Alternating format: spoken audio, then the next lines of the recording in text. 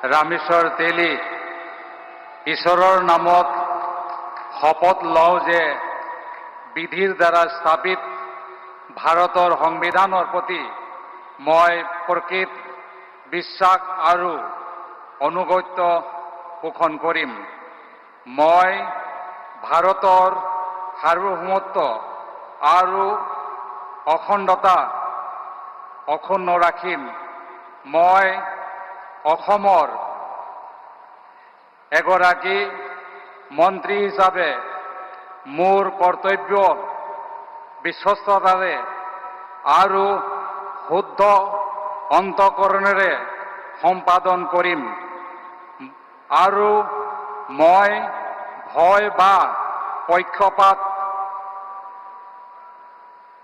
অনুৰাগ বা বিখেদ নোহোৱাকৈ সংবিধানৰ আৰু আইন অনুসাৰে সকলো শ্ৰেণীৰ লোকৰ প্ৰতি ন্যায় আচৰণ কৰিম।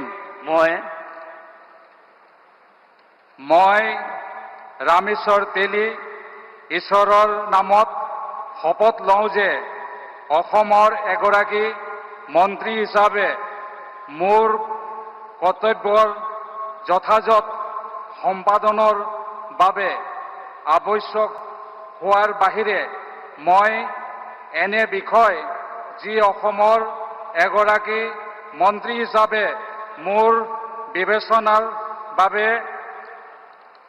অনা হ'ব বা মোৰ জ্ঞাত হ'ব তেনে বিষয় মই কোনো ব্যক্তি বা ব্যক্তিসমূহৰ ওপৰত প্ৰত্যক্ষ বা পৰোক্ষভাৱে অৱগত বা প্ৰকাশ নকৰিম।